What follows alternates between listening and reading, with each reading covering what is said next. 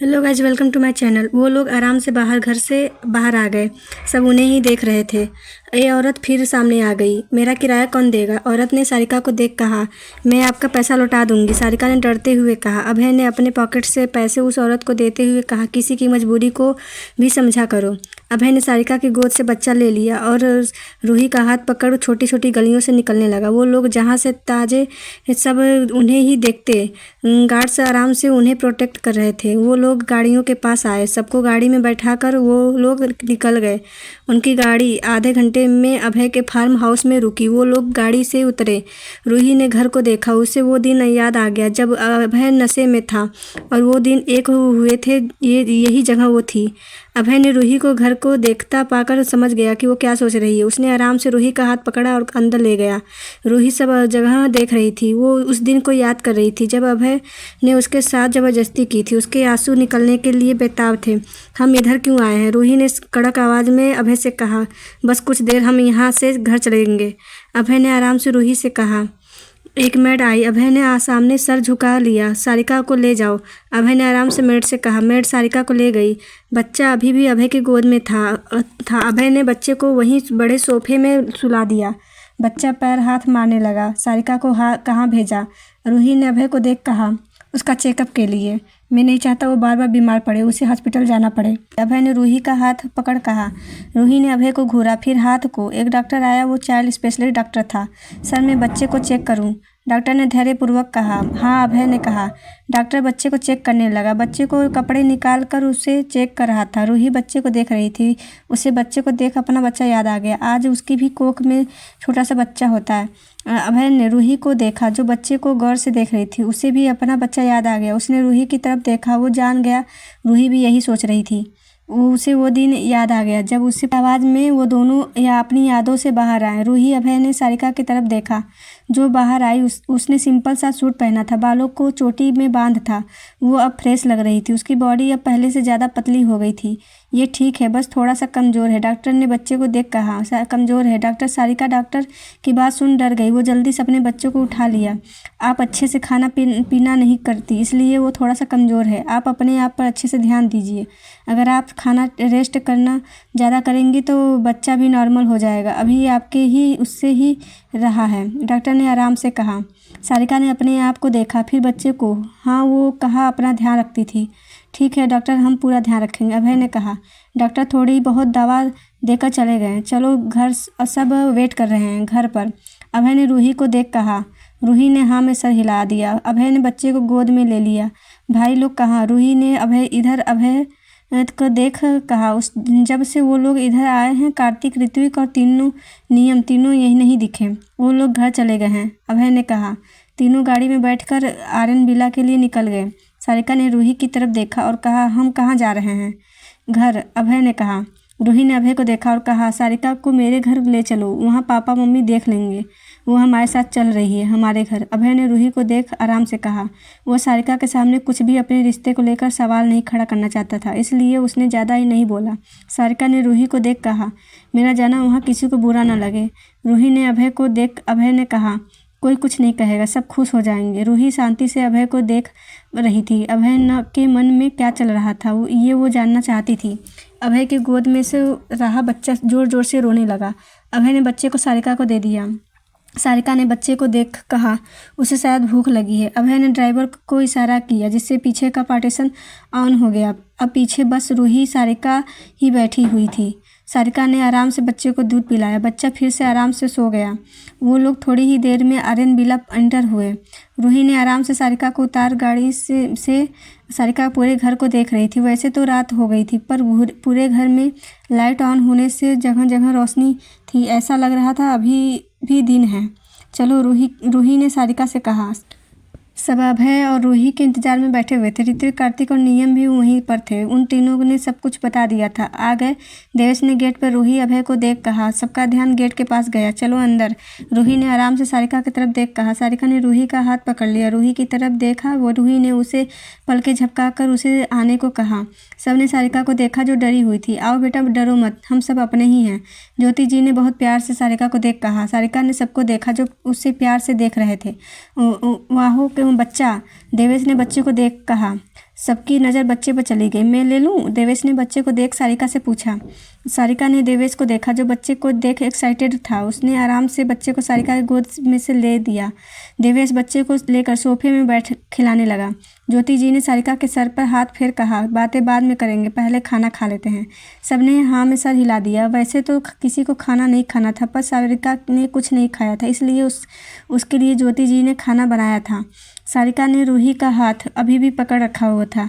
उसने रूही की तरफ देखा। ये इनकी फैमिली है, ये दादाजी हैं, ये दादी, और ये रूही ने देवेश और दिव्या की तरफ कर कहा, दोनों भाई बहन हैं उनके, और ये उनकी माँ। रूही ने सारिका को सबसे पर कोई कुछ नहीं बोला। और ये मेरी बीवी है, और ये मेरी फैमिली, अब तुम भी हमारी फैमिली हो। अभय ने रूही के कंधे पर हाथ रख कहा। रूही ने अभय को घूरा, फिर अपने कंधे को अभय ने जल्दी से हाथ हटा लिया। तुमने शादी कर ली? सारिका ने धीरे से रूही से कहा। रूही ने भी धीरे से कहा, इस बारे में बाद में बात करेंगे। ये मेरा बड़ा भाई। रूही ने ऋत्विक को की तरफ इशारा कर कहा। हाँ जानती हूँ, सारिका ने कहा। तुम कैसे जानती हो? ऋत्विक के साथ साथ सबने कहा। इसने बताया था, सारिका ने रूही की तरफ देख कहा। इसे मेरे बारे में सब पता है। रूही ने ऋत्विक को देख कहा। बातें याद बाद में करेंगे, पहले खाना खा लो, भूख लगी है, ज्योति जी ने कहा। सारिका मना करना चाहती थी, पर ज्योति जी उसे हाथ पकड़ ले गई। डाइनिंग टेबल में बैठाकर आराम से खाना परोसा। सारिका ने खाने को देखा और पनीर की सब्जी, पुलाव, पूरी, रायता, ढोकला, कितनी ही प्रकार के खाने का सामान था।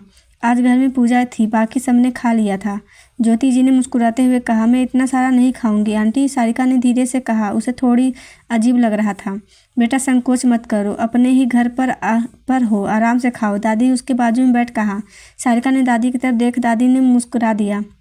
अच्छा खाना खाओगी तो अच्छी रहोगी, अभी बच्चे को ज़रूरत है, ज्योति जी ने सारिका के सर पर हाथ फेर कहा। सारिका को रोना आ गया। उसे अभी कभी किसी ने इतने प्यार से नहीं रखा। सिर्फ दादाजी के अलावा बस वो जो मांगती सब मिल जाता था, पर प्यार कभी उसे किसी से नहीं मिला। वो रो पर मत बेटा, जो बीत गया उसे याद करने का कोई फ़ायदा नहीं, दादी ने सारिका के आंसू पोंछ कहा। हाल में सब एक दूसरे के से लड़ रहे थे। ऋत्विक, कार्तिक एक दूसरे से लड़ रहे थे बच्चे के लिए, और नियम बच्चे को लेकर इधर उधर हो रहा था। उससे सब बच्चे को लेने को कह रहे थे। बच्चा इतने सारे लोगों को देखकर डर रहा था। उसने पहली बार इतने लोग देखे थे। वो बस रोया जा रहा था।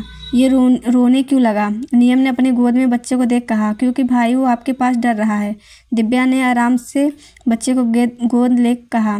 मैं इतना डरावना नहीं दिखता हूँ, मैं तो हैंडसम हूँ कितना, नियम ने अपने बालों पर हाथ फेर कहा। सब उसे अजीब से देखने लगे।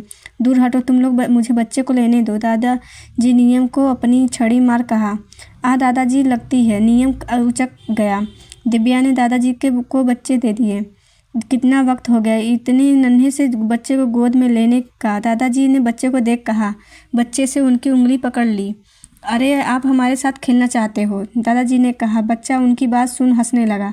दादाजी मुझे लगता है ये आपका कोई पुराने ज़माने का दोस्त होगा, तभी तो आपके ऊपर हंस रहा है, नियम बाजू में दादाजी के बैठते हुए कहता है। बरखुरदार, तुम कुछ ज़्यादा ही बोलने लगे हो, तुम्हें दवा नहीं मिली है आजकल, दादाजी ने नियम को देख कहा। उसके सामने मेरी इंसल्ट कर रहे हैं, जो वो बड़ा होकर क्या सोचेगा, नियम ने मुंह बना कहा। क्या सोचेगा, उसका ये मामा बहुत बेकार है, किसी काम का मुंह बन गया। दिव्या उसको देख रही थी। कितने दिन बाद इस घर में फिर से खुशहाली आई थी। वैसे ही उस हंसने खिलखिलाने की आवाज़ आ रही थी जो कहीं गुम हो गई थी। ज्योति जी दादी दोनों ने सारिका को भरपेट खाना खिलाया। तुम्हें कल से मैं प्रोटीन वाला खाना बनाकर खिलाऊंगी, बहुत पतली हो तुम, ज्योति जी ने सारिका को देख कहा। नहीं आंटी, मेरे लिए इतना बहुत है, आप परेशान मत होइए, सारिका ने कहा। वैसे ही वो इतना कितने दिन बाद खाना खाया था, वरना थोड़ी बहुत मैं चला लेती थी। वो या तो कभी खाती थी या कभी नहीं, बस अपने बच्चे के लिए खा ही लेती थी। कितने दिन बाद वो ऐसा घर का खाना खा रही थी। आंटी क्यों बोल रही हो बार बार, मैं भी तुम्हारी माँ जैसी हूँ, ज्योति जी ने कहा। जैसे मेरे लिए ये लोग हैं, सारे बच्चों को देख कहा, वैसे ही तुम लोग भी हो, ज्योति जी ने कहा। तुम मुझे माँ कहो, मेरी नहीं 3 बेटियाँ हैं, ज्योति जी ने कहा। सारिका की आंखों में आंसू आ गए। कभी माँ का प्यार नसीब ही नहीं हुआ। तुम लोगों ने बहुत खिला लिया मुझे, बच्चे को मुझे दे दो, दादी ने दादाजी से कहा। बच्चा ले कहा, ये कितना प्यारा है, दादी ने बच्चे के गाल छू कहा। बच्चा रोने लगा। अरे ये रोने क्यों लगा, दादी ने कहा। तुम हो ही इतने डरावनी कि कोई भी डर जाए जैसे मैं डरता हूँ, दादाजी ने धीरे से कहा। पर सबने सुन लिया। सब मुंह दबाकर हंसने लगे। दादी ने दादाजी को घूर कहा कर देखा, उसके गालों को छूने से वो रोने लगता है। सारिका ने कहा, हाँ, लड़कों को अपने चेहरे से बहुत प्यार होता है। ज्योति जी ने कहा, हाँ, क्योंकि लड़कियां तो अपने चेहरे पर मेकअप पोत कर सुंदर दिखती जाती हैं, लड़के तो कुछ भी नहीं कर लगते। नियम ने जल्दबाजी में कह दिया। सारी लड़कियां उसे घूरने लगी। ओ सॉरी, नियम का ध्यान गया। उसने सबको घूरता पाकर कहा। ज्योति जी ने बच्चे को खिलाया। सब बारी बारी बच्चे को खिला रहे थे। सारिका को बैठे बैठे कमर दुखने लगी तो वो बार बार अपनी कमर पर हाथ रख रही थी। ज्योति जी से ये बात छुपी नहीं। रूही ने भी देखा था। वो कुछ कहती उससे पहले ज्योति जी ने कहा, बेटा तुम आराम कर लो। ज्योति जी ने सारिका से कहा, चलो। ज्योति जी ने सारिका को उठाकर नीचे वाले रूम में ले गई। वो नहीं चाहती थी कि अभी बच्चे को लेकर ऊपर बार बार वो चढ़े। रूही सबको देख रही थी। सबने सारिका को अपना लिया। किसी ने कुछ भी नहीं कहा। ज्योति जी सारिका को लेकर रूम में आ गई। बेटा तुम्हारी पीठ में दर्द है क्या? ज्योति जी ने कहा। हाँ, बस थोड़ा सा शायद मेरे, सारिका ने कहा। वो आगे कहती, दादी को पीछे आई थी। उन्होंने कहा, डिलीवरी के बाद ऐसा होता है, पीठ में दर्द, घुटनों में दर्द आ जाते हैं।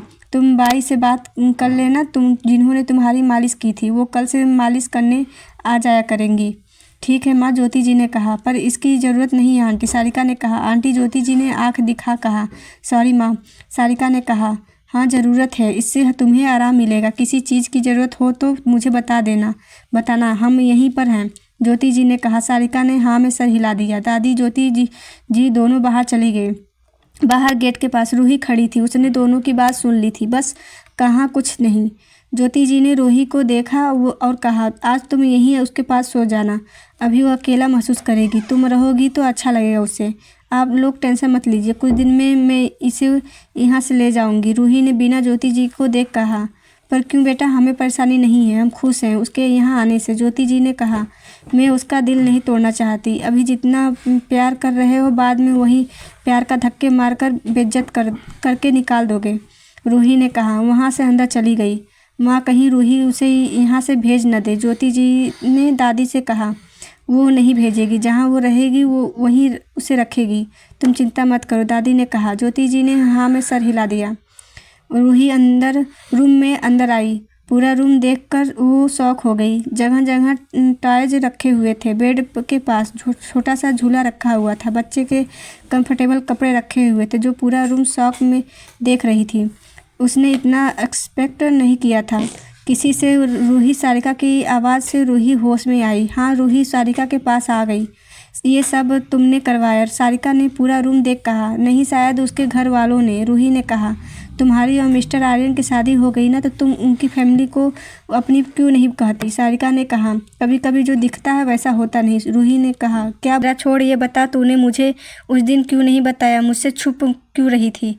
रूही ने सारिका का हाथ पकड़ कहा।